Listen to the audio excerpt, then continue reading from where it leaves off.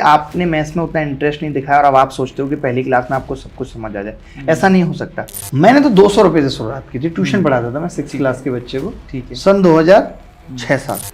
वहाँ से फिर जीवन में थोड़ा सा मैं ये चीज़ कहीं शेयर नहीं की है कि प्रेम जीवन में आ गया। ओहो, आपका फेवरेट पॉलिटिशियन? जिनके भी माँ बाप अगर जल्दी बीमार हो रहे हैं, परेशान हैं, उसकी वजह यही है कि बच्चों ने सही समय पे घर में सुना। बुक की मेरी पहली कार मर्सिडीज GLS, और चैनल के सब्सक्राइबर 20 या 25 दिन के अंदर 1 लाख हो चुके। गांव में क्या होता है, आप गलत मानते हैं किसी महिला से बात करना मतलब गलत है। तो जब आपकी मेंटल हेल्थ खराब हो जाएगी ना, तो आपके पास अगर 500 करोड़ भी अकाउंट में है ना, तो वो भी खराब लगता है।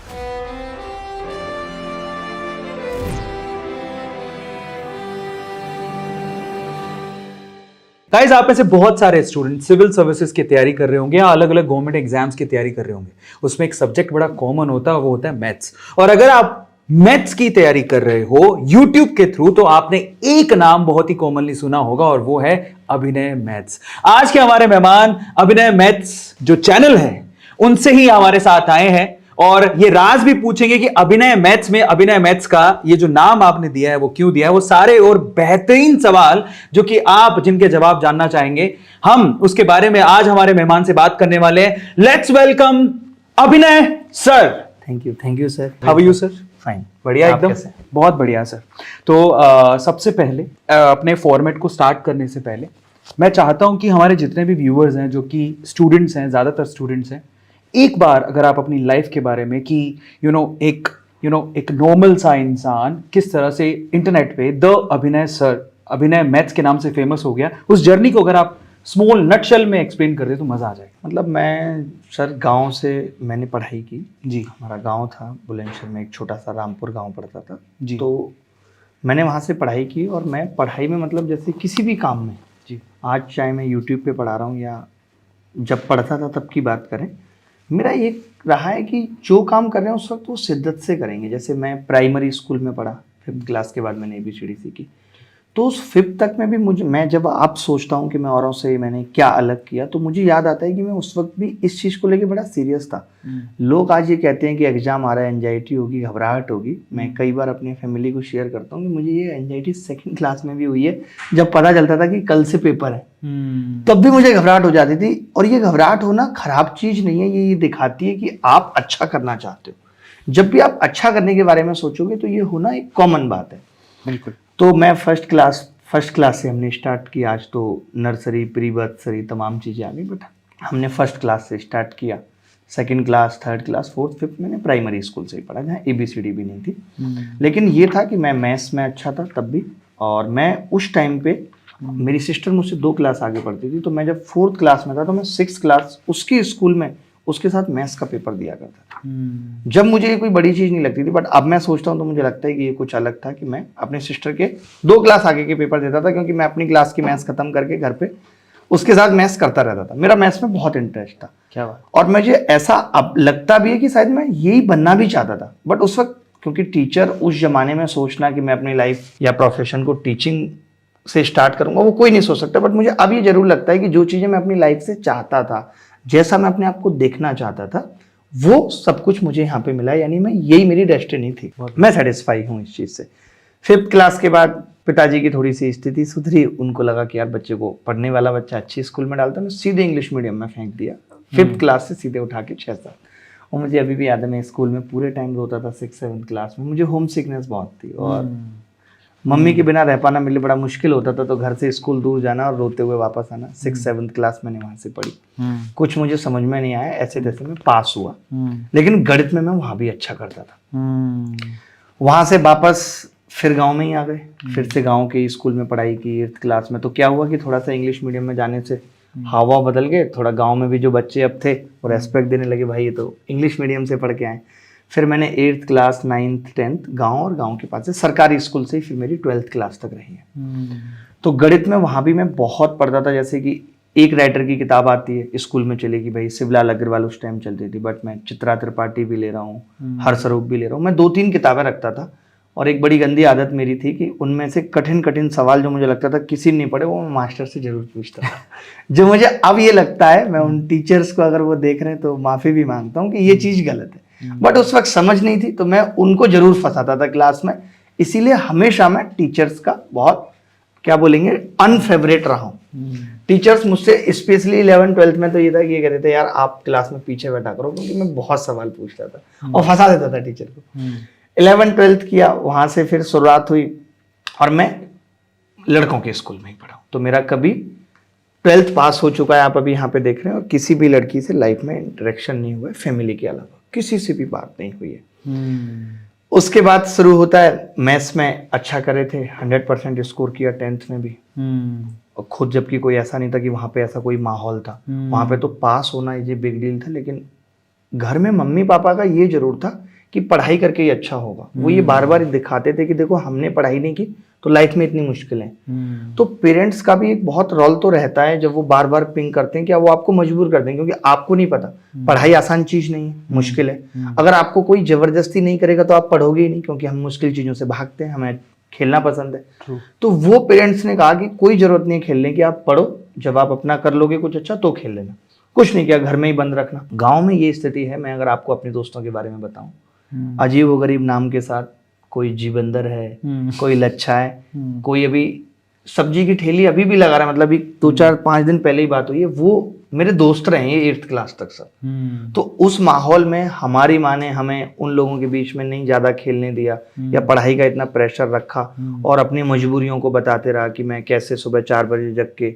गाँव में बिजली फ्री रहती है तो उस टाइम पे 4 बजे जग के कैसे हीटर पे, कई बार तो करंट आ जा रहा है, काम करना। वो सब जब हम देखते थे तो हमें अंदर से लगता भी था कि हमें कुछ अच्छा करना है। और मेरी माँ तो कह भी देती थी मेरा बेटा बड़ा होके ये बनेगा वो बनेगा। लोग कहते थे अरे हाँ अब कोई नहीं बन सकता, अब वो माहौल नहीं है। तो वो ताने भी हम सुनते थे, देखते थे, तो हमें अंदर से और लगता था यार कुछ तो करना है।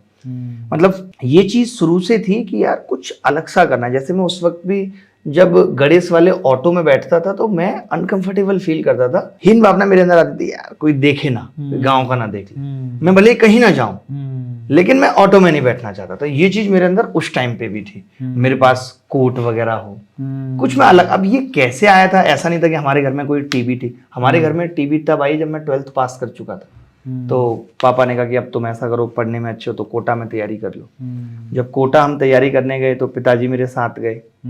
तो जब वो साथ गए वहां पे तो 2-3 दिन वो साथ रहे, अच्छा लगा। फिर जब वो छोड़ के आ गए तो हमारा फिर बुरा हाल, क्योंकि हम घर से कभी अलग रहे नहीं, हिम्मत ही नहीं थी हमारे अंदर। तो मैं कोटा तक की जर्नी में, पैदा होने से लेकर के कोटा तक की जर्नी में मैंने किसी महिला को बात नहीं की। मतलब ये हिम्मत मैं नहीं जुटा पाया गांव के माहौल से कि मैं किसी महिला को हाय बोल दूं। एक बड़ी इंटरेस्टिंग सी कहानी है कि मैं केमिस्ट्री के ट्यूशन में एक महिला का किसी तरीके से नंबर रजिस्टर से निकाल लिया और उसको हमने कॉल करके बस पूछ लिया कि वो है, इतना, कुछ नहीं, कोई गड़बड़ नहीं। रात को उसके पिताजी का फोन आता है 8 बजे कि हो तूने फोन किया और तमाम गाली वाली, और देख अब मैं ट्रक लेके आता हूँ तेरे ऊपर ही चढ़ाऊंगा। मैं इतना घबरा गया कि जिस मकान में रहता था उसके सामने पार्क में बैठा रहा मैं 2 बजे तक डर से। मकान, और उस टाइम क्लास है कोटा में 12 से 2-3 तक चलती थी। मकान मालिक का कॉल आया, बेटा आए नहीं। मैंने ऐसे रो दिया उनको, मैंने ऐसे हुआ, बोला अरे कुछ नहीं होगा तुम आओ तो सही। मैं इतना डरपोक था। मैंने प्लान किया कि अगले दिन उस लड़की का स्कूल पता करके भाई माफी मांगूंगा। मैंने कुछ नहीं करा है कोई। उस दिन से तो मैं और डर गया। मैंने कहा अब तो करना ही नहीं, मतलब किसी से बात नहीं करनी, कोई बात नहीं। और हम तो गाँव से थे तो हमें क्या लगता था कि अगर हम पूरा बाल वाल चुपका लेंगे, कपड़ों में रिवाइव लगा लेंगे ऐसे, और बाल चुपकाने का मतलब हमें पता था कि सरसों का तेल, उससे चिपक जाते हैं, कोई ये जेल वैक्स हमें नहीं पता था। तो हमने काफी कोशिश इस डायरेक्शन में भी की, बट बहुत डरपोक थे तो सफल कभी नहीं हुए। फिर अब या तो अगर हम उधर सफल हो गए होते तो फिर हमारा मन लग जाता।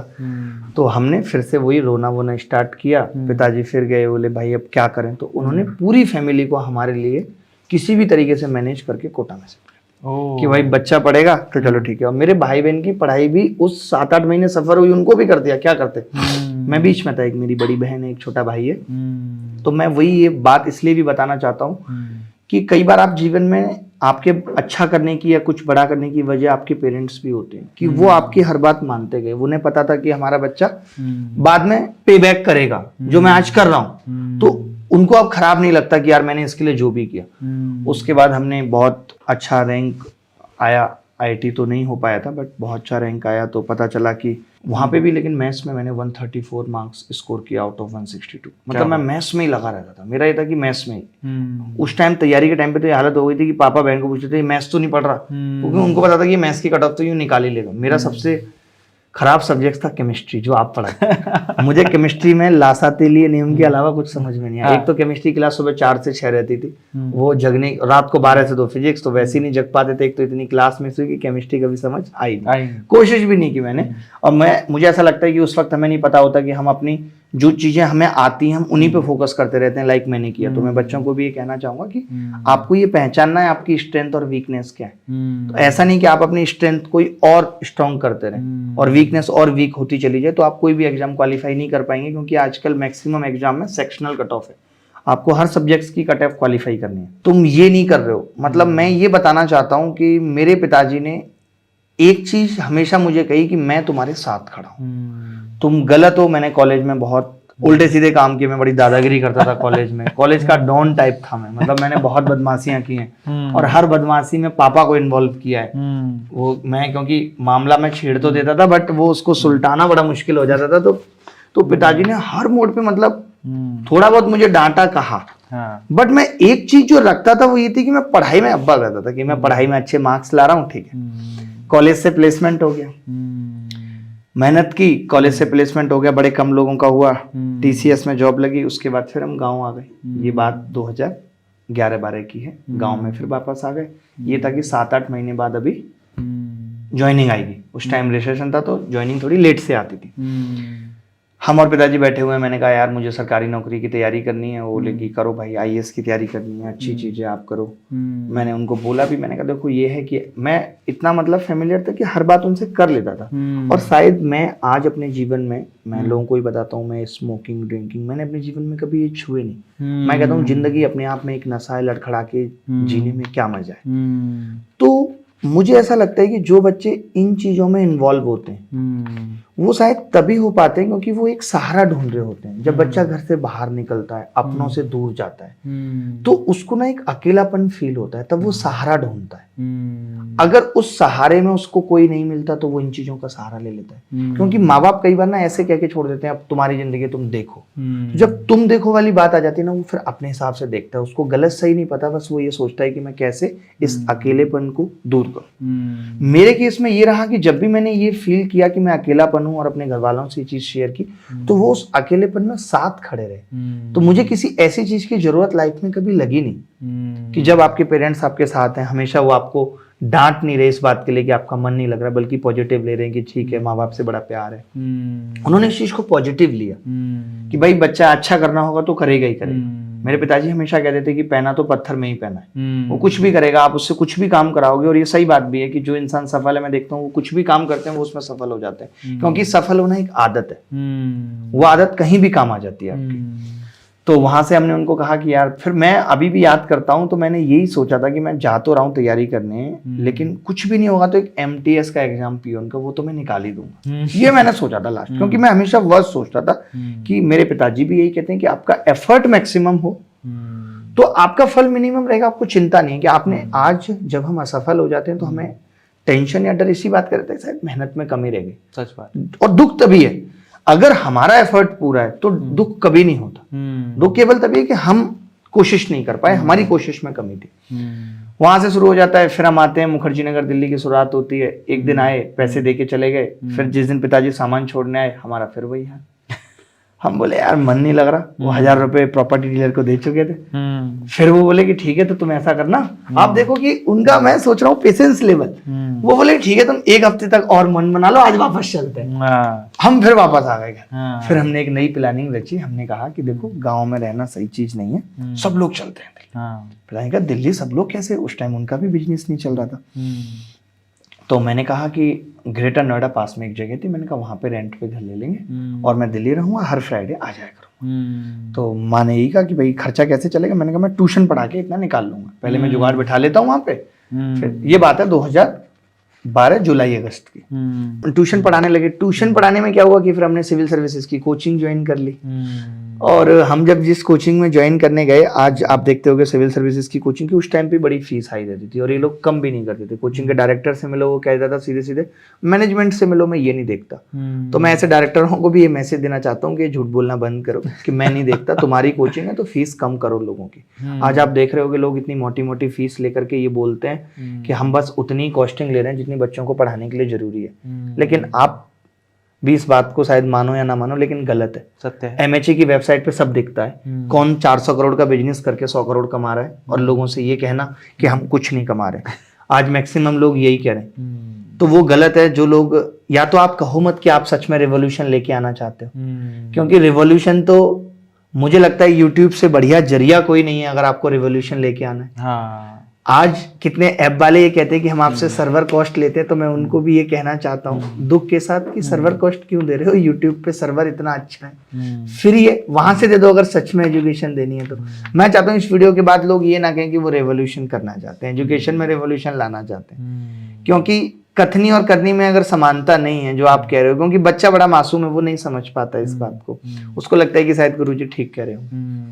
पढ़ाना गलत नहीं, मैं भी पढ़ाता हूँ, लेकिन मेरा यूट्यूब एक अलग एंटिटी है जहां मैं ये चाहता हूं कि हर बच्चा जो कहीं फीस नहीं दे सकता या कहीं नहीं पढ़ सकता, उसके लिए हम पढ़ाते रहें, उसको हम ये बताते रहें कि तुम हमारी मंजिल तक हम तुम्हें इस तरीके से पहुंचाएंगे। गाइडेंस बहुत जरूरी है और बच्चा अपने टीचर से ये बड़ी उम्मीद रखता है कि वो उसके कंधे पे हाथ रख दें। तो मैं यूट्यूब पे टाइम हमेशा इसीलिए ज़्यादा देता हूँ कि सब बच्चों तक मैं पहुँच पाऊँ, क्योंकि मुझे लगता है कि जीवन में जिस दिन भी रिटायरमेंट लें तो इतने सारे लोग अपने पास होने चाहिए कि एक दिन भी सबके घर खाना खाएं तो जीवन बीत जाए। उतने लोगों को तो कम से कम कमाना ही है।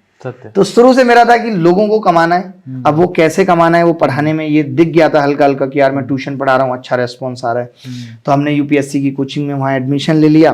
फीस उसने कम नहीं की, हमारे पास 4,000 रुपए कम पड़ रहे थे। मैं बड़ा लकी रहा हूँ, मैं ये बताना चाहता हूँ यहाँ पे। तो जब मैं एटीएम में गया पैसे निकालने, मैंने कहा खर्चे के ही निकालते हैं, तो वहाँ एक पुलिस वाले भाई साहब पैसे निकाल रहे थे और मैं देख रहा था कि उनके पैसे, वो एटीएम एक कोटक महिंद्रा का पहले हुआ करता था, नीचे गिर जाते थे उसमें पैसे। वहां उसके पैसे गिर रहे हैं। जैसे ही वो निकला वहां से, मैंने वो पैसे उठाए, 4-5 हजार रुपए थे। मैंने कहा लो जी हो गया काम। तो जब आपकी शिद्दत इतनी तगड़ी होती है ना कुछ करने की, तो भगवान भी आपकी मदद कर देता है। लोग कहते हैं कि यार मेरी किस्मत ठीक नहीं इसलिए मैं अच्छा नहीं कर पाया। मैं मानता हूं मेरी भी किस्मत 12th तक ठीक नहीं थी। मैं जो सोचता था वो चीजें नहीं होती थी। तो मुझे लगता है कि मेरे कर्म खराब थे, मैं इस चीज को एक्सेप्ट करता हूं। मेरे अंदर अपने अपने बारे में सोचने की चीजें थी, लेकिन जब मैंने इस चीज को बदला अपने अंदर, 4-5 साल कॉलेज में रह के मैंने ये प्रैक्टिस की कि मैं ठीक इंसान नहीं हूं, लोग मुझे उतना पसंद नहीं करते। तो मैंने ये रियलाइज किया, आज के दौर में लोग ये रियलाइज ही नहीं करते कि उनकी कोई गलती है। और जब तक आप ये रियलाइज नहीं करोगे तो आप सीखोगे कैसे? लर्निंग के लिए जरूरी है रियलाइजेशन। सत्य। तो मैंने ये सीख के अपने कर्म सुधार लिए थे कॉलेज में। मैं लोगों का फेवरेट बन गया था और वहां से मेरी किस्मत चमकी। तो किस्मत बनेगी कर्मों से। किसी की किस्मत लिख के नहीं आ रही, आपको खुद लिखनी है और लिखी जाएगी आपके कर्मों से, आपकी अच्छाइयों से। आपका लोगों के प्रति व्यवहार क्या है, आपके अंदर दिल में दया कितनी है, आप लोगों के बारे में कितना अच्छा सोचते हो, आप लोगों को कितना रेस्पेक्ट देते हो, आपके अंदर सहनशीलता कितनी है खराब चीजों को बर्दाश्त करने की। लोग सहनशीलता का मतलब समझते हैं अच्छा हो रहा है, अच्छा तो सबको बर्दाश्त है, कुछ गलत हो जा रहा है उस पर भी आप बहुत लंबा रिएक्ट, उसको भी आपने सिचुएशन को हैंडल कर लिया, तो इससे आपकी किस्मत बनती है। तो वहां पे हमें एक दोस्त मिला। हमें लोग दोस्त भी बड़े ऑफर करने वाले मिलते थे, मतलब पता नहीं हमारी पर्सनैलिटी थोड़ी ठीक हो गई थी, खुद से लोग दोस्ती ऑफर करते थे। एक दोस्त मिला, बोला यार एक दोस्त है हमारे, कोचिंग शुरू की उन्होंने, वो कोई गणित का टीचर देख रहे हैं एडवांस में, सही है, मिल नहीं रहा कोई। तो मैंने कहा हम तो तैयार खड़े। हमने वहां से पहला ऑफलाइन कोचिंग में पढ़ाना स्टार्ट किया। थोड़ा तेज पढ़ाते थे, लेकिन जो अच्छे बच्चे थे वो पकड़ पा रहे थे और तारीफ भी कर रहे थे। तो हमें समझ में आ गया कि अपनी डेस्टिनी तो यही है, यही काम हमें करना है। ये काम हमने स्टार्ट किया, 13 में स्टार्ट कर दिया। 14-15 हमने खूब पढ़ाया, ठीक ठाक पैसा भी कमाया। मतलब उस टाइम पे हम 1.5-2 लाख रुपए महीने कमा लेते थे। तो हमारे खर्चे भी, मोबाइल फोन लेना, लेकिन हमारा यही था कि जो भी कमा रहे, खर्चा अभी भी पिताजी दे रहे हैं, 14 तक तो उन्होंने दिया पूरा। तो हम उनसे पूछ के मोबाइल भी लेना है कि पिताजी एक मोबाइल ले लेते हैं, तो तुरंत हाँ कर देते थे। मोबाइल लिया, छोटे छोटे शौक पूरे किए, कपड़े लत्ते लिए, कपड़ों का बड़ा अच्छा शौक था। वहां से फिर जीवन में थोड़ा सा, मैं ये चीज कहीं शेयर नहीं किया कि प्रेम जीवन में आ गया। ओहो, ये कभी मैंने नहीं बताया। तो जब ये चीज जीवन में आई, मतलब इसकी शुरुआत 13 से हुई, 14 से हुई, और 15 में जाके इस स्तर तक पहुंच गई कि मेरा काम जो है वो इफेक्ट होने लगा। मैं सबको यही चीज कहता हूं कि ये चीज अति का दूसरा नाम है और ये आपके करियर को इफेक्ट करेंगी। इन्होंने मेरे करियर को भी इफेक्ट किया बट समझ में आपको नहीं आता उससे। तो मैं ये कहता हूं कि अगर आप इस चीज में पहले से इन नहीं है तो आप इन मत होइए, पहले आप करियर पे फोकस कर लीजिए, क्योंकि दोनों चीजों को साथ रख पाना बहुत मुश्किल काम है। हमारा भी इफेक्ट हुआ, काम पे कम ध्यान देने लगे, चीजें खराब होने लगी, गिरने लगी। 20 लाख रुपए लेकिन हम इस दौर तक कमा चुके थे। अब वो 20 कांस्टेंट हो गया है, ना बढ़ रहा है ना घट रहा है 15-16 में, क्योंकि जो कमा रहे हैं वो इधर उधर खर्च हो जा रहा है और कमा भी ज्यादा नहीं रहे क्योंकि और चीजों में फंसे हुए। अब यहाँ पिताजी को ये डाउट आ जाता है कि अब ये 20 भी इनको ये खत्म कर। उनसे मैं हर चीज शेयर करता था, उनको मैं ये भी बता रहा था, वो मुझे लगातार समझा भी रहे थे कि तुम सही दिशा में नहीं जा रहे हो, लेकिन क्या कर सकते हैं, बह रहे थे। तो उसके बाद उनको क्या लगा कि यार ये करेगा, तो उन्होंने आनंद फानन में कुछ पैसे खुद जमा किए, क्योंकि वो भी काम करने लगे थे उस टाइम पे। कुछ पैसे उन्होंने खुद जमा किए, कुछ उन्होंने बाहर से उधार लिया, कुछ लोन लिया और हमारे 20 लाख का जाके घर ले लिया। उनका भी था घर लेंगे तो बड़ा लेंगे, बढ़िया लेंगे। वहीं नोएडा में एक घर ले लिया। जब वो घर लिया तो उनको ये जरूर था कि पहले वो मेरा मतलब मैं ये खराब ना कर दूं जो है। अब हमने तो वो दे दिया। उसके बाद हमारा उल्टी गिनती शुरू होती है। हमारी जिंदगी इतनी बेकार हो गई, जैसे वो 20 का कॉन्फिडेंस था वो 0 हुआ। फिर तो हमारी ये हालत हो गई कि 100, 200, 500 के लिए भी, क्योंकि हमने डिसाइड कर लिया था। सरकारी नौकरी में 12 से ले लिए थे, 12 में मैंने सरकारी नौकरी ली, 13 में ली, 14 में ली, 15, 16 तक लगातार लिया। तो 14 वाली नौकरी की ज्वाइनिंग आने वाली थी 2016 में, उसको मैं 6 महीने बढ़वा चुका था। मेरे पास उस टाइम iPhone 6 फोन था, पहले मैंने वो बेचा iPhone 6। तो उसके बाद जो भी उससे पैसे आए, एक मैंने फ्लैट लिया और फ्लैट ऐसा था इंटरकनेक्टिंग था, तो मैं बाहर वाले रूम में मैंने सोचा पढ़ाऊंगा। वही बाहर वाला रूम ठीक था, अंदर बहुत छोटी छोटी सी कुटिया थी बेकार सी, बट हम वहीं सोते थे। सुबह जग के बच्चों के आने से पहले 7:30 बजे होता था, खुद स्टूल लगाते थे मैं मेरा भाई। वहाँ हमने पढ़ाना शुरू किया, एक बोर्ड लगा के 700 रुपये का। और पुराना जो हमारा बच्चा था वो हमसे कनेक्ट था, उसका डेटाबेस हमारे पास था, तो हमने उनको मैसेज किया कि हमने फिर से शुरू कर दिए। तो 20-30 बच्चे सुपर 30 करके हमने चलाया, हमारे पास आने लगे। कोई फीस नहीं दे रहा है बट आने लगे, बच्चों को लगने लगा। जब हमने उनको अपनी समस्या बताई कि भाई हमारे साथ ऐसे ऐसे, पहले लोग हमें समझते थे कि पहले हमने अच्छा किया भी था तो लोग उसी नज़रिए से देख रहे थे, तो सत्य बोलने से कभी पीछे नहीं हटना चाहिए। मैंने उनको भी बताया कि भाई अभी दिक्कत है, तो बच्चों ने भी फीस वगैरह दी, सपोर्ट किया और वहाँ से हमने पढ़ाना स्टार्ट कर दिया अपने रूम में। सुबह पढ़ाते थे 20-30 बच्चे, 20-30 शाम को, और बीच में जहाँ पढ़ा रहे थे वहाँ से भी थोड़ा थोड़ा पैसा सा आने लगा, हल्का फुल्का खर्चा अपना चलने लगा। वहीं पे एक लड़का बोला कि यार आप वीडियो बनाओ, आप बहुत अच्छा पढ़ाते हो, आपके तरीके बड़े यूनिक हैं, लोगों को देखो, लोग 10-10 हज़ार व्यू लेके आ रहे हैं फेसबुक पे। हमारे लिए एक बहुत ही सरप्राइजिंग था कि कोई टीचर 10 हज़ार व्यू ला रहे हैं। 2017 सितंबर की बात। उसने हमें प्रेशर किया कि एक वीडियो रिकॉर्ड करते हैं। अब हम थोड़ा सा उस वक्त हारा हुआ फील कर रहे थे कि हम कुछ कर नहीं पाए, जो कॉलेज मिला वहां से नहीं पढ़ पाए, सरकारी नौकरी मिली वो नहीं कर पाए, आखिर करना क्या है जीवन में। ये थोड़ा सा विजन ब्लर हो गया था, दिख तो रहा था कि पढ़ाना है। इस बीच एक बात मिस हो गई कि मैंने 2013 में किताब भी लिखी थी, प्ले विद एडवांसमेंट्स, वो भी फ्लॉप हो गई थी, लोग नहीं खरीद रहे थे, जबकि अच्छी किताब थी। बट एक चीज मैं यहाँ पे ऐड करूंगा अरविंद सर, कि आज जैसे लोग ये कहते हैं कि धैर्य रखो, बड़े काम की बात है, तो धैर्य रखने का ये मतलब नहीं कि आपने धैर्य रखा और आप सफल हो जाओगे। मैं ये कहता हूं फॉर एग्जाम्पल कि आपने एक वीडियो बनाया, आप ब्लॉगिंग स्टार्ट कर रहे हो और 100 व्यू आ रहे हैं, 50 या 100 व्यू आ रहे हैं, आपने देखा आपके घर वाले लोग ही देख रहे हैं, और आप सोच रहे हो कि मैं धैर्य रखूंगा तो मेरे इतने हो जाएंगे। नहीं, आप एक बार ये देखो कि उन 100 लोगों में से 2, 4, 5, 10 क्या ऐसा फीडबैक दे रहे हैं कि उनको देख के मजा आ गया। ये भी जरूरी है। जैसे मैं कॉन्फिडेंट यहाँ क्यों हूं, क्योंकि जो लोग मेरी किताब ले रहे हैं, चाहे 15 लोग ले रहे हैं, वो मुझे आके ये बोल रहे हैं कि आपकी किताब बहुत जबरदस्त है। तो इससे मुझे ये तो पता चल रहा है कि मेरी किताब और मैं दोनों जबरदस्त हैं, बट लोग मुझे जान नहीं रहे। मैं पढ़ाने में क्यों इतना एफर्ट लगा रहा हूं कि 6 साल हो गए, मुझे तो छोड़ देना चाहिए, इतना ध्यान रखने की क्या जरूरत है। तो मुझे ये समझ आ रहा है कि बीच बीच में जो लोग मुझे फीडबैक दे रहे हैं कि भाई आप बहुत अच्छा पढ़ाते हो, वो चीज मुझे प्रेरित कर रही है कि मैं एक दिन बड़ा कुछ करूं। ये चीज जरूरी है। धैर्य का मतलब भी ये नहीं है कि आप कुछ भी कर रहे हो, आपको लग रहा है आप बड़ा कर लोगे तो साल खराब करने की जरूरत नहीं। आप देख लो आपके अंदर बूता है या नहीं, देसी भाषा में, वो आपको पता चलेगा लोगों के फीडबैक से। तो वो मुझे अच्छा मिल रहा था फीडबैक, इसीलिए मैं आगे बढ़ रहा था। तो 2017 की बात आई, उसने हमारा एक वीडियो बना लिया, वो बोला कि इसको डालेंगे नहीं, अभी रख लेते हैं। मैंने कहा ठीक है। उसने वो वीडियो डाल दिया अपने चैनल पे, 701 सब्सक्राइबर थे। वो वीडियो 6-7 दिन के अंदर 1 मिलियन लोगों ने देखा। क्या बात कर, पहला ही वीडियो मुझे इतने टीचर्स का अप्रिसिएशन आ रहा, अरे भाई क्या पढ़ा दिया भाई, सबको लगने लगा ये तो अब खलबली मचा देगा। अलग अलग तरीके थे, हमने ऐसे मेथड सिखाए लोगों को जो पहले थे ही नहीं कहीं गणित में। वहां से हमें ये मिला, अब जो सुपर 30 था वो 2-4 दिन के अंदर ही सुपर 60 हो गए।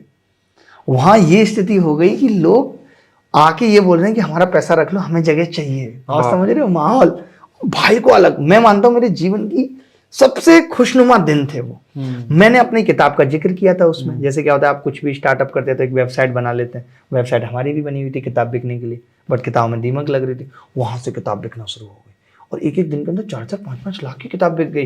वो रेजर पे पता चल रहा है। जहां स्थिति ये है कि स्ट्रगल चल रहा है खाने का, और वहां पिताजी की टेंशन, माताजी के इलाज की टेंशन, सब कुछ दिख रहा है। आप देखिए, मैं वही कहता हूँ आपके इंटेंशन सच्चे हैं, भगवान को लग रहा है कि अब इसको परेशान नहीं करते, बस इसका परीक्षा हो चुकी है, अब इसको देते हैं। वहां सुपर 60 बैच चलने लगे, बैठने की जगह नहीं है, घटिया से सोफे पे हम लोगों को बिठाते थे, फटा हुआ सोफा, स्टूल लगे हुए हैं बाहर तक, वहां पे क्लास चल रही है, वो आहूजा वाला माइक हम लटका के पढ़ा रहे हैं, फील आ रहा है।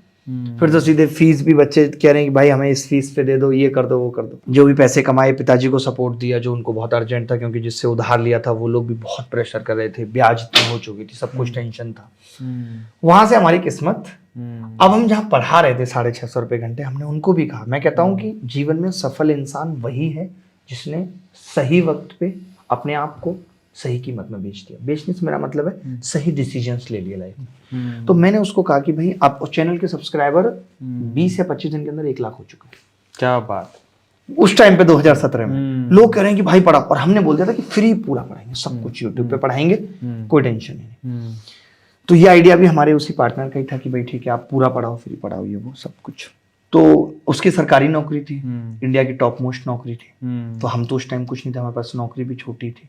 तो उस टाइम वो वहाँ, हम यहाँ, समझ रहे, वो वहाँ, हम यहाँ। लेकिन अब हमें लोग जान रहे हैं तो हम भी धीरे धीरे करके बढ़ रहे हैं ऊपर। तो वहाँ क्या आ रहा है, इसको हम क्या कहें, जेलस फैक्टर, मतलब कुछ अब प्रॉब्लम, थोड़ी सी प्रॉब्लम्स और आ रही सामने वाले को लग रहा है। क्योंकि अब मुझे भी ऐसा लग रहा है कि अब भगवान ने दोबारा मौका दिया तो अब कैरियर को छोड़ना नहीं। क्योंकि मैंने उस दौरान देख लिया था कि मैं जिस हालातों में था कि मेरी जेब में 10 रुपए नहीं, मैंने मांगे नहीं किसी से, बट मुझे कहीं ना कहीं लगता है कि सामने वाले को तो सोचना चाहिए कि इसके पास नहीं है तो कुछ मदद करे। बट मैंने मदद ली नहीं, और सर किसी से नहीं ली, किसी दोस्त से नहीं ली। मुझे ऐसा लगा कि कोई देगा तो अपने आप दे देगा, जैसे पिताजी ने 800 रुपए रख दिए तो मैं ले लूंगा, लेकिन मैं मांगूंगा नहीं किसी से, चाहे मेरे पास आज खाने को पैसे नहीं, कुछ नहीं। इतनी खुदगर्जी मेरे अंदर थी कि मांगूंगा नहीं, क्योंकि मुझे ऐसा लगता था कि मैं किसी से लूं तो पहले मेरे पास लौटाने की वजह हो कि मैं लौटाऊंगा कहाँ से। अब हम चलते आगे, पिक्चर अभी थोड़ी सी और बाकी है। अब सर आपसे एकदम जितनी आपने जर्नी सुनाई उसमें मेरे सवाल बहुत है, तो मैं चाहूंगा कि मैं आपसे एकदम टू द पॉइंट सवाल पूछूं, एकदम टू द पॉइंट आप लोग आप आंसर देना प्लीज। मेरा पहला सवाल है, जैसे आप तो बहुत टैलेंटेड थे, आपने बचपन में ही क्या सीख लिया था, समझ लिया था कि भैया मैथ मेरा फोर्टे है, मैं मैथ बहुत अच्छी करता हूँ, और आप क्या मैथ जो भी एग्जाम होते तो मैथ के अच्छे नंबर आते थे। लेकिन बहुत सारे लोगों को मैथ्स में फोबिया रहता है। तो अगर आपको 3 ऐसी सलाह देनी है जिससे मैथ्स का या किसी और भी सब्जेक्ट का फोबिया निकल सके, तो टू द पॉइंट आप बताएंगे कि वो 3 सलाह आप क्या देना चाहते हैं? पहली सलाह ये कि आप बस लिखो, आप ये मत समझो या मत सोचो कि मुझे गणित आ रही है नहीं आ रही। अगर आप पढ़ रहे हो तो सिर्फ लिखो, आप 2 बार लिख के तो देखो, तीसरी बार में आपको अपने आप समझ में आने लगेगा। आपकी उम्मीदें गलत हैं कि आपने मैथ्स में उतना इंटरेस्ट नहीं दिखाया और अब आप सोचते हो कि पहली क्लास में आपको सब कुछ समझ आ जाए। ऐसा नहीं हो सकता। मैथ्स मुश्किल है, मुश्किल जरूर है, लेकिन ये जिंदगी की मुश्किलों को भी आसान बनाता है, इसने मेरी बनाई। तो लिखो आप इसे। उसके बाद आता है कि हम पहली बार में स्पीड के पीछे भागते हैं, स्पीड सेकेंडरी है। पहले कार चलाना सीखा जाता है, फिर स्पीड की बारी आती है। तो पहले गणित सीखना है, और सीखने के लिए 2 बार लिखना है, 2 बार उसके रूल्स को लिखना है, सिर्फ नोट्स बनाने। कोई भी सब्जेक्ट है, आप 2 बार नोट्स बनाओ, उसके बाद प्रैक्टिस करो, तीसरी बार में अपने आप स्पीड आ जाएगी।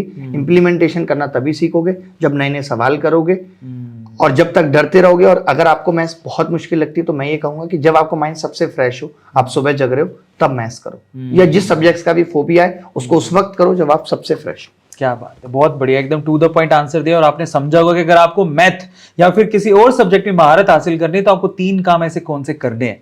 चलिए अब अगला सवाल पूछते हैं सर। अगला सवाल ये कि आपने कहा कि बार बार जब भी आप घर से बाहर निकलते थे तो आपको एक होम सिकनेस होती थी, रोना सा आ जाता था, यार मैं कहाँ आ गया, मुझे घर ही अच्छा था, मेरा गांव ही अच्छा था। ऐसा बहुत सारे बच्चों के साथ होता है। तो मैं आपसे सवाल पूछ रहा हूं वो ये कि इस होम सिकनेस से बाहर निकलने के लिए, क्योंकि आपको जिंदगी में आगे बढ़ना है तो आप बाहर निकलना पड़ेगा, अपने नटशेल से बाहर निकल के कमाने जाना है, बड़ा कुछ करना है तो बाहर निकलना पड़ेगा, जो कि बहुत सारे बच्चों की प्रॉब्लम होती है।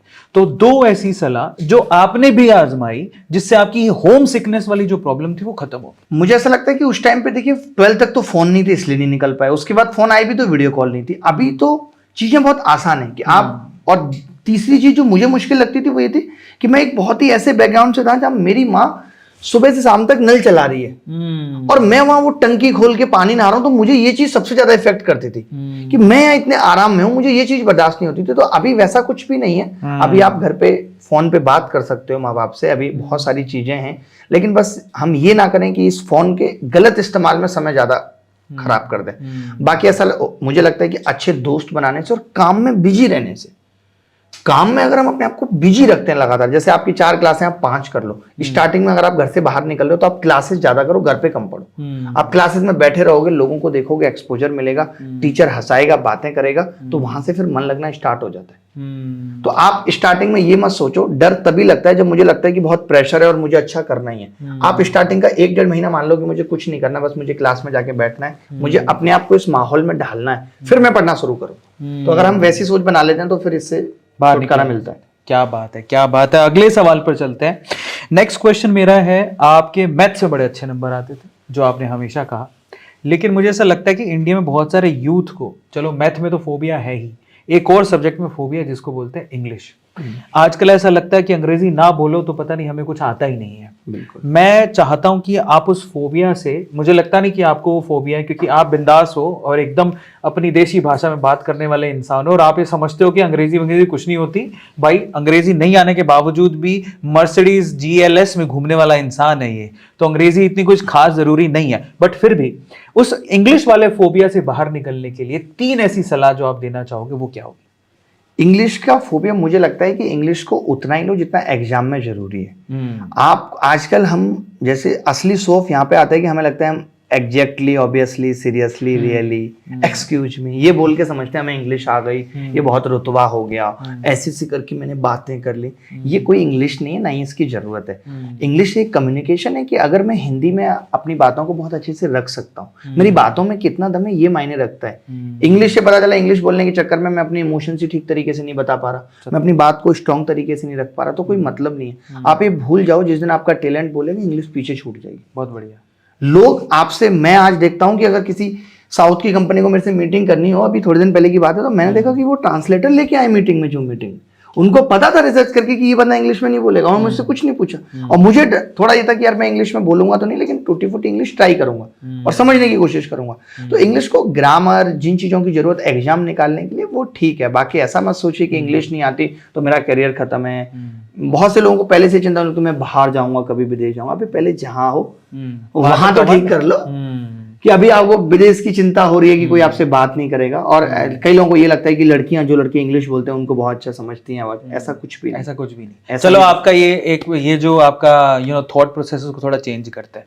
सर आप ये बताइए कि सबसे पहले, वैसे तो आपने बताया था, पर सबसे पहले जब आपने कमाना शुरू किया था, मंथली आपने सबसे पहले कितना अर्न करा था? मैंने तो 200 रुपए से शुरुआत की थी। ट्यूशन पढ़ाता था मैं 6th क्लास के बच्चे को। ठीक है। सन 2006-07 200 रुपए महीने से स्टार्ट। ठीक है। अब थोड़ा और सवाल को आगे लेके जाते हैं। आज के समय लमसम आप बता दीजिए कि ये जो अंग्रेजी जरूरी नहीं है, समझ रहे हो आप, लमसम बताइए सर, कोई दिक्कत नहीं है। पता नहीं, मैं जोड़ता नहीं हूँ, बट मुझे लगता है कि मतलब मैं इतना जरूर कह सकता हूँ, बहुत तो नहीं, कि मेरा ओवरऑल 30-35 खर्चा हो जाता है महीने का। 30-35 लाख तो सिर्फ खर्चा होता है, समझ लो आप। ये 30-35 में बोले, लाख मैं जोड़ रहा हूँ। हाँ। करोड़ तो नहीं है अब वो। मैं नहीं लाख ही मैं। लेकिन यहाँ पे एक चीज जरूर ऐड करूंगा, वरना फिर नीचे लोग कमेंट में कहेंगे अरे ऐसा कैसे हो जाता होगा, ऐसे नहीं होता है। मुझे गाड़ियों का बहुत शौक है, मेरे पास काफी गाड़ी है, तो उन सब में आपको पता ही है पैसा लगता है। फिर मुझे शॉपिंग का बहुत शौक है, मतलब महीने में कभी ऐसा होता है मैं कुछ दुबई जाके खरीद के ला रहा हूँ। मुझे कपड़े, जूते, मुझे ऐसा लगता है कि ऐसा कोई भी इंटरनेशनल ब्रांड ना हो जिसके जूते मेरे पास ना हो। क्या बात। तो वो सब चीज़ों में लाइफ जीने में लग जाता है। और अब मैं, ये जरूर है कि जब ये सब मैंने कर लिया, तो अब जैसे मैं पहले 40 बताता था, वो 30-35 है, वो धीरे धीरे 20-25 तक आ जाएगा। क्योंकि अब एक बार करने के बाद अब मुझे लग रहा है कि ठीक है, एक बार करना जरूरी था, वो मैंने कर लिया।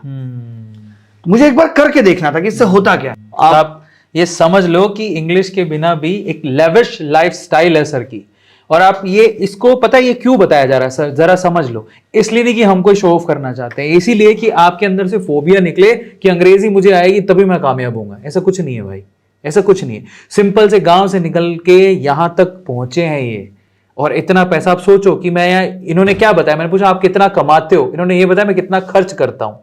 समझ रहे हो, 30 से 35 लाख रुपए। आपकी गाड़ी पर आते हैं, आपने बहुत गाड़ियों का, मुझे भी गाड़ियों का बहुत शौक है भाई द वे, और इतना शौक है कि मैं, जो मेरा फर्स्ट कार थी उसके बाद से मैंने अभी बाइक चलाई नहीं। मुझे बाइक का बिल्कुल शौक बिल्कुल नहीं, same. बिल्कुल मैं भी ऐसा ही हूँ, मुझे बिल्कुल भी नहीं है, एकदम नहीं है। एकदम मैच हो गई। अब मैं तो जब कॉलेज के फर्स्ट ईयर में था, जब मैंने कुछ पैसे कमा के बाइक ली, तो मैं सोचता था थोड़े और होते तो नैनो ले लेते। नैनो सही बात, ये था। तो मेरे जैसे ही हैं सर, तो अपने को गाड़ी का बड़ा शौक है। पर आज आपसे जो आप बोलते हैं गाड़ियों का बहुत शौक है, आप गाड़ियों का जखीरे के बारे में बात करते हैं कि चलो पहली कार आपकी GLS थी, उसके बाद क्या सीखा? हाँ, मतलब उसके बाद फिर मैंने हर साल ही लिए एक दो कार। तो अभी 4 साल हो गए उस हिसाब से, मतलब नंबर पे नहीं जाते हैं क्योंकि अभी और भी ऐड होने वाली हैं। अच्छा तो ये है। अच्छा, अब फिर से बोल आपकी फेवरेट कार। मतलब मैं वो बता देता हूँ, वो मैं ना लिख के, अभी जो मेरी अपकमिंग कार्स में जो मुझे लगता है, मेरा एक फोल्डर है, वो मैं आपको पढ़ के सुना देता हूँ। क्या बात? अभी जैसे क्या है कि मेरा जैसे फोन आएंगे तो आप देखिए, मतलब मेरा रहता है कि फोन अगर आज लॉन्च हो रहा है, जैसे अभी ये लॉन्च हुआ नहीं है इंडिया में जो मेरे पास फोन है, बट मेरे पास होगा। वॉच अभी कल ही लॉन्च हुई है तो मेरे पास होगी। मतलब मुझे इंस्टेंट चाहिए कि बस ये है तो लेटेस्ट होना चाहिए अपने पास।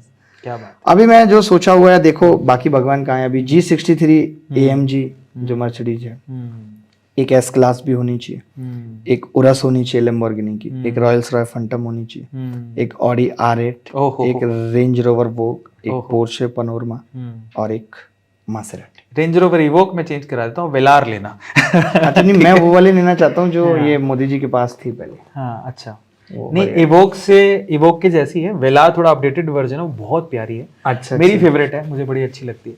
मैंने तो अभी मर्सिडीज लिए, बड़ा अगर मेरे को और थोड़ा होता तो मैं वेलार ही लेता।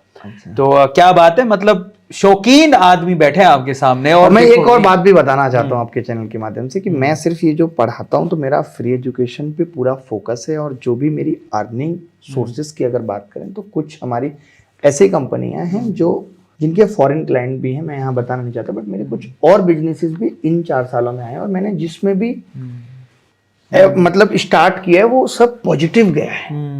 शायद आप सबके प्यार की वजह से या दुआओं की वजह से कि सब कुछ पॉजिटिव गया है। तो मेरी वहां भी है जहाँ पे किसी स्टूडेंट, तभी मैं आपके लिए इतना कर पा रहा हूँ कि मैं खड़े होकर फ्री रात को 3-3 साढ़े 3 घंटे क्लास लेता हूँ, पढ़ा पाता हूँ, वो तभी है कि मैं और जगह अच्छा कर रहा हूँ। क्या बात है, क्या बात है, क्या बात। ये चीज भी बहुत सारे लोगों को नहीं पता, तो वो कहते हैं कि अरे बच्चों का, उन लोगों को लगता है कि क्या बच्चों का पैसा, ऐसा ऐसा बिल्कुल भी नहीं है, बल्कि बच्चों के लिए तो हमने लगाया है। एक और सवाल, जब आपकी जर्नी हम लोग सुन रहे थे तो महिलाओं से आपने कहा कि महिलाओं से बात करने बड़ी कतराते थे आप, ठीक है।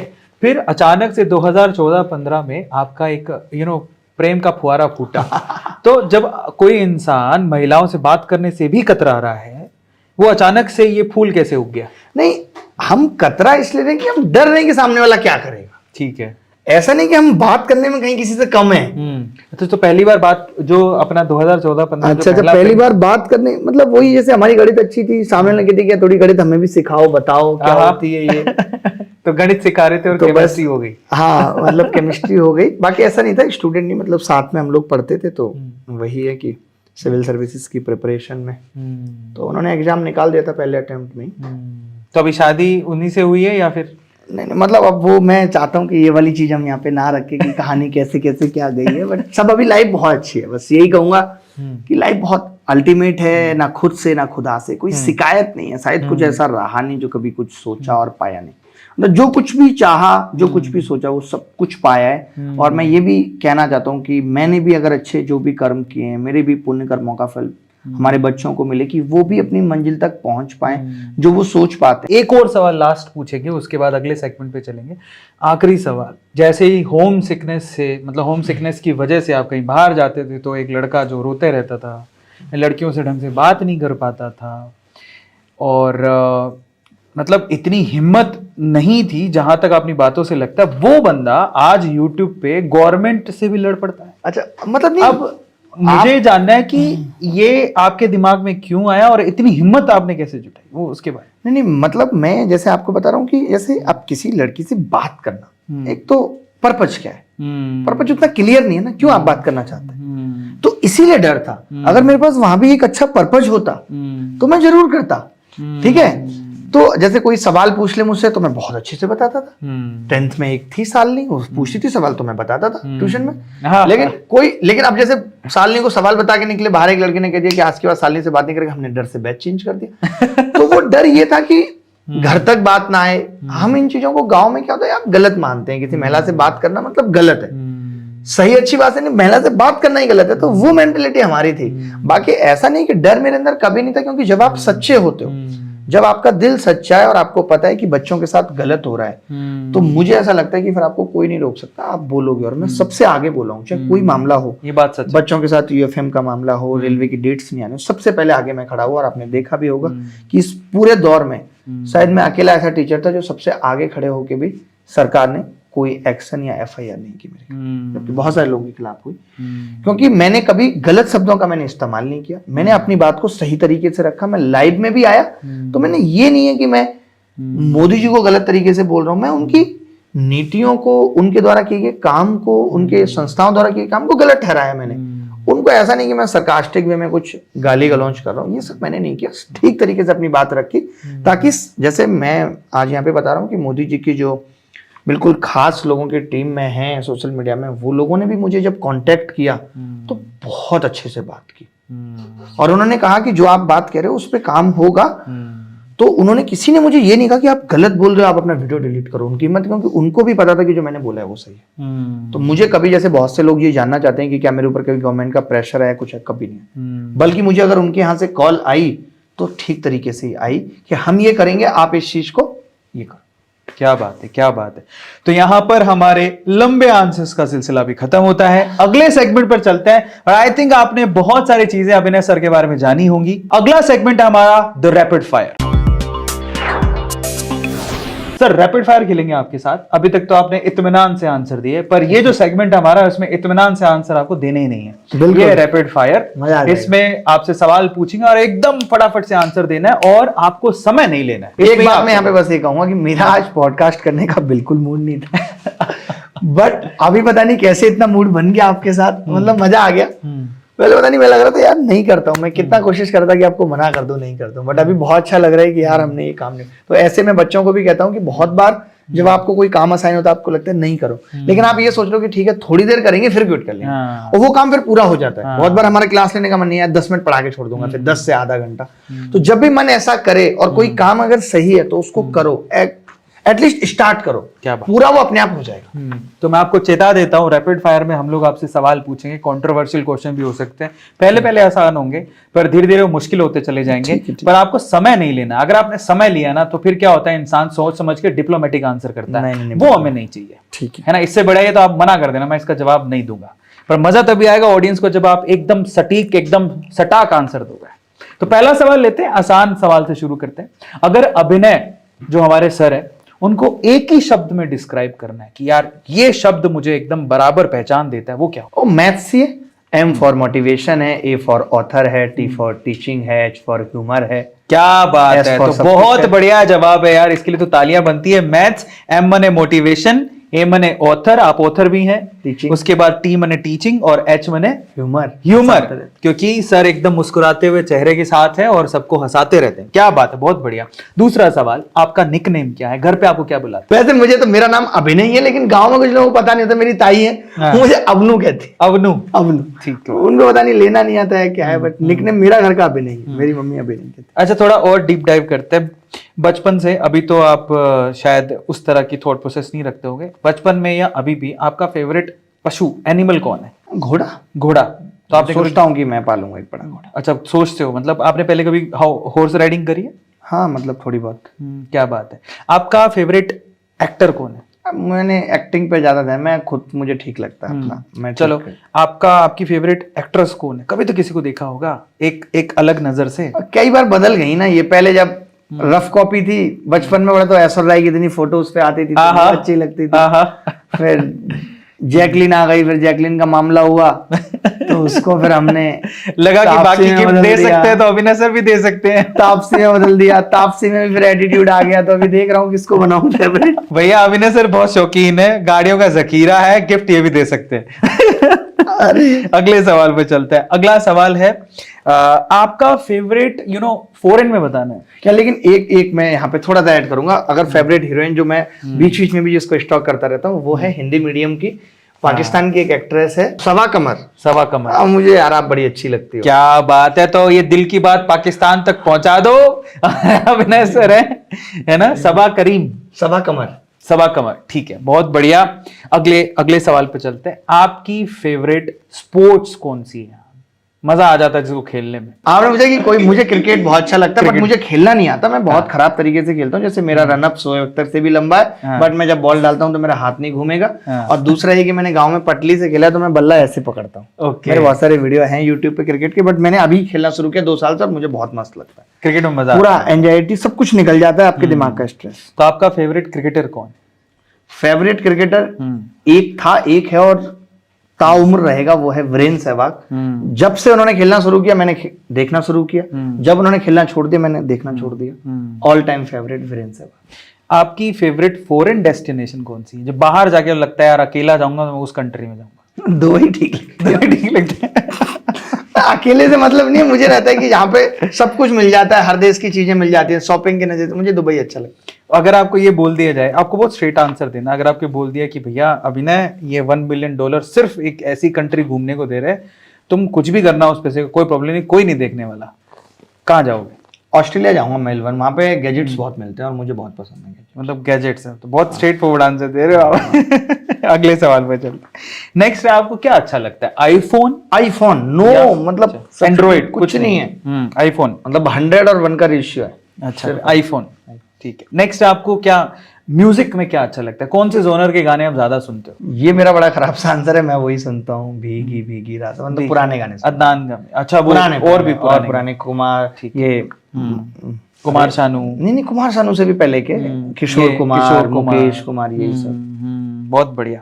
फाइनली आपने नाइट आउट कितने किए? मतलब मैंने नहीं किए। मैंने नहीं किए, अब तो आपको मतलब पता लग गया। पहले मतलब नहीं पता था तो मैंने कहा कि बहुत किए। आपने आज से पहले, मतलब अभी से पहले, गूगल पे जो लास्ट चीज सर्च की थी वो क्या थी?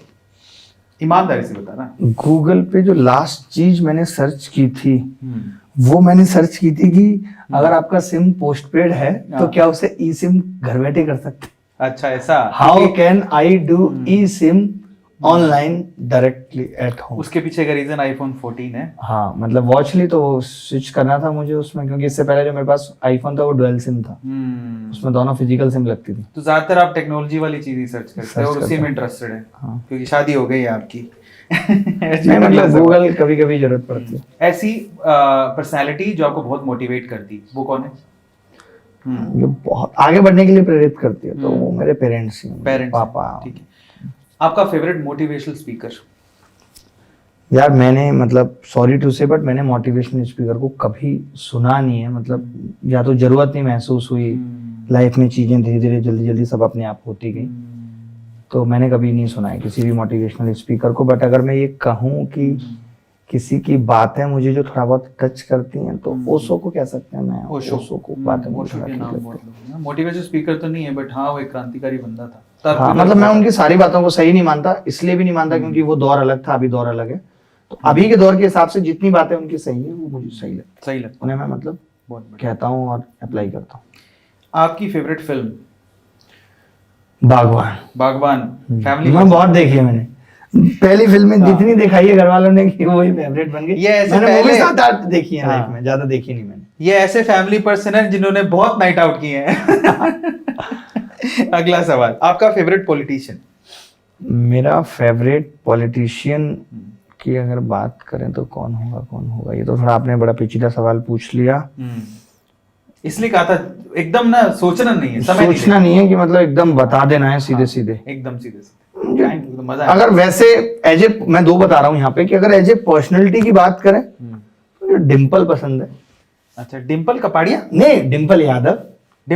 अच्छा, मुलायम सिंह जी की। हाँ वाइफ, पर्सनालिटी, ठीक है, बेटे की वाइफ। और अगर एज ए पॉलिटिशियन जो मुझे लगता है कि देखिए, मैं वैसे ये नहीं मानता कि खराबों में अच्छा कह सकते हैं या खराबों में कम खराब कह सकते हैं, तो मुझे लगता है कि ठीक है, केजरीवाल को कह सकते हैं। केजरीवाल कह सकते हैं, तो अगर मैं आपसे सवाल पूछूं कि आपकी फेवरेट पार्टी कौन सी है, बीजेपी, कांग्रेस, आम आदमी पार्टी या फिर कोई और, तो आप क्या बोलोगे?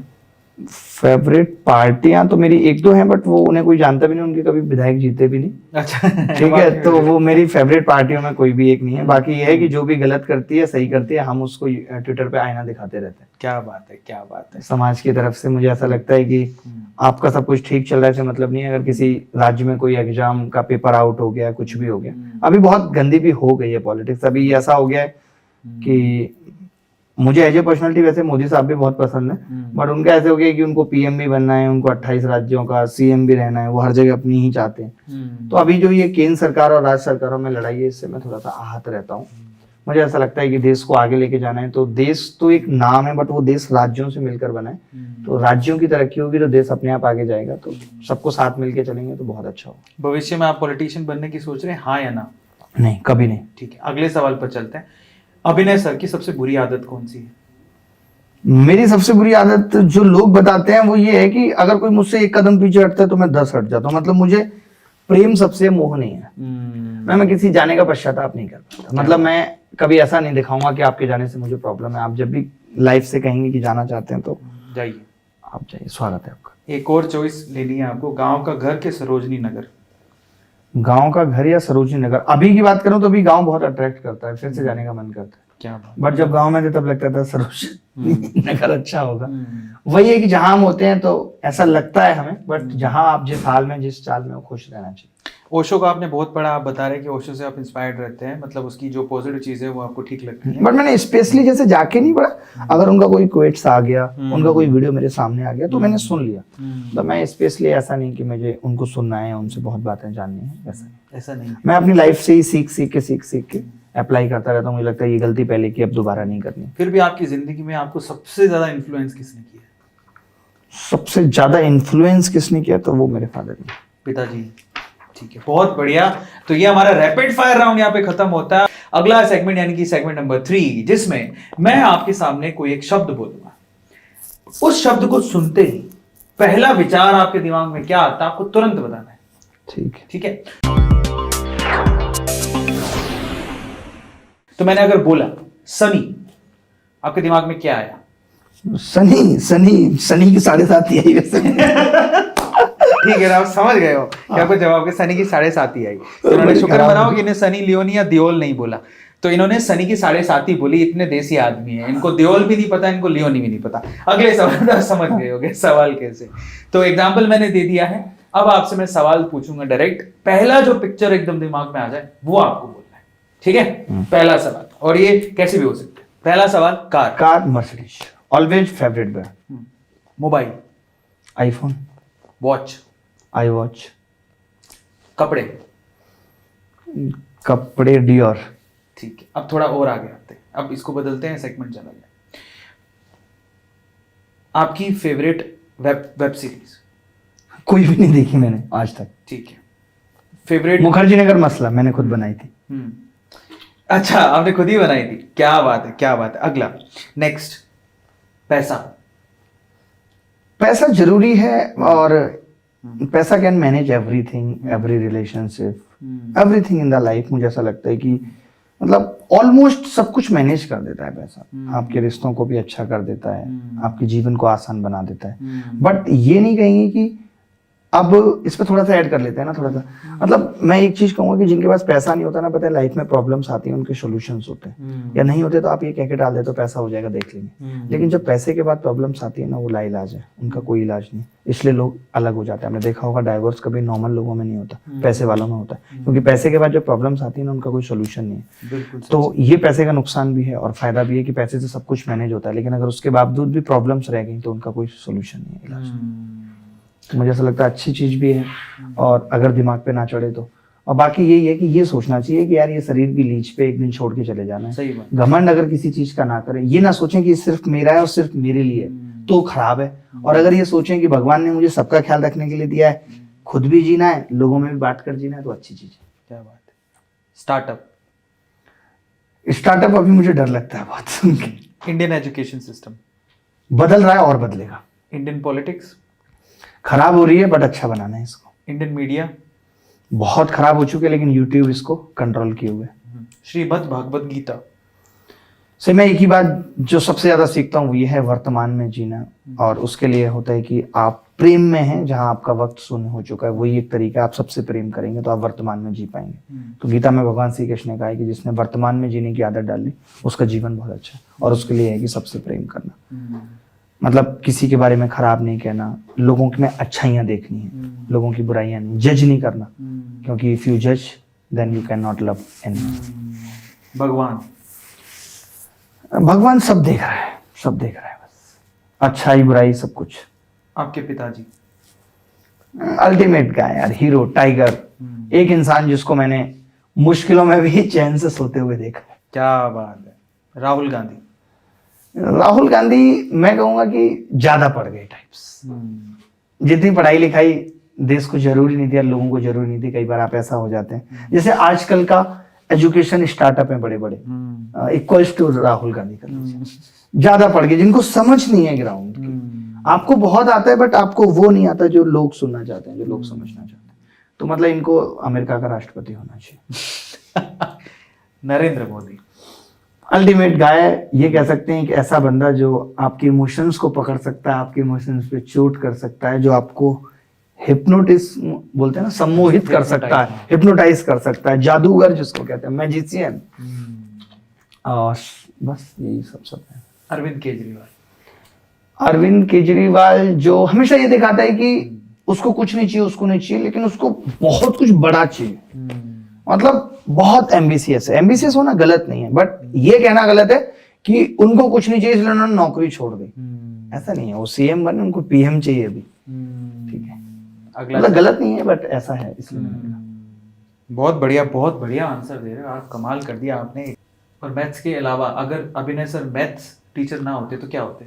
तो मैं एथिक्स पढ़ाना पसंद करूंगा, और साइकोलॉजी पढ़ाना पसंद करूंगा, या फिर फिलॉसफी मुझे पढ़ाना अच्छा लगता है।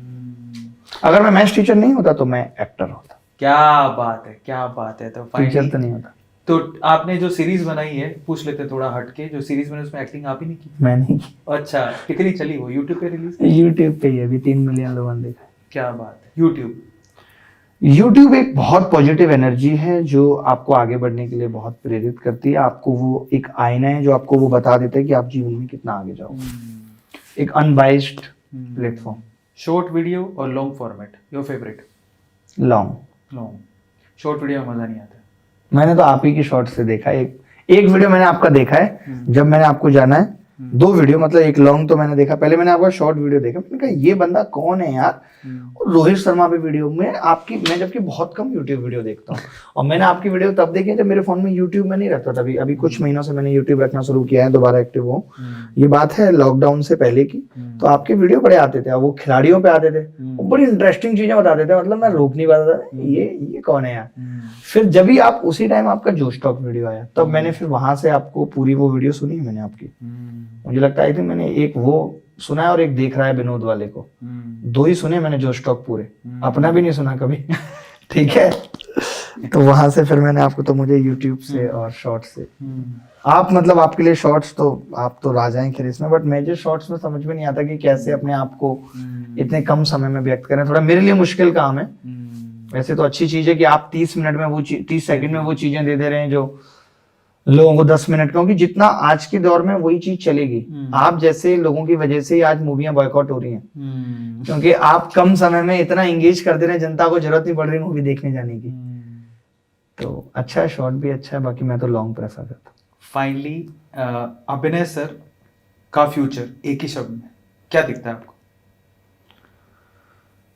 ये तो बड़ा मुश्किल से आपने सवाल पूछ लिया, बट जो मतलब मैक्सिमम जितना भी एक परिवार जीवन के साथ स्पिरिचुअल हुआ जा सकता है, बहुत बढ़िया। Maximum spirituality living in the family, मतलब परिवार में रहते हुए। इसकी अंग्रेजी क्या बनेगी आप देख लेना। आखिरी सवाल, अगर आपको चुनना पड़े स्टूडेंट्स और फैमिली?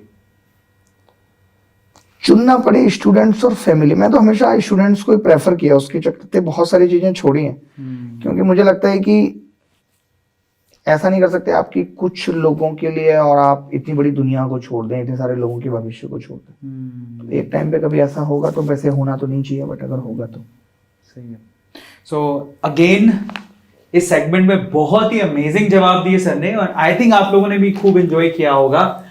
अब हम इस सेगमेंट से बाहर निकलते हुए हमारे इस पूरे सेशन के आखिरी सवाल पर हैं सर। हम आपसे सिर्फ एक ही सवाल और पूछेंगे, उसके बाद रैप अप करेंगे हमारे इस अमेजिंग सेशन को, जिसमें बड़ा मजा आया।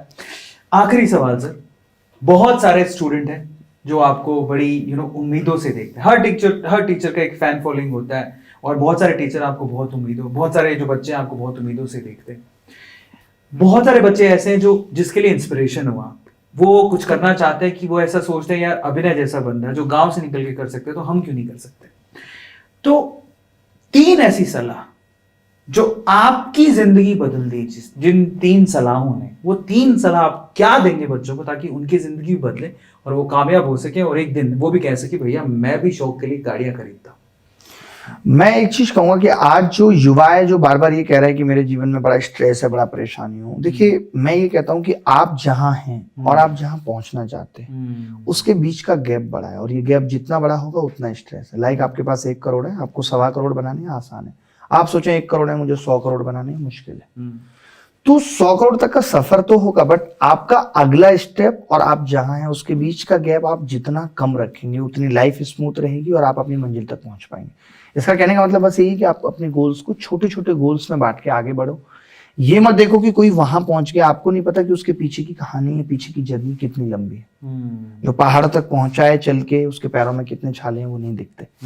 तो ये रखना है, ये सब्र रखना है। पेशेंस का मतलब यही है, और पेशेंस सिर्फ रखते हुए ये नहीं सोचना कि अब सफलता मिल जाएगी।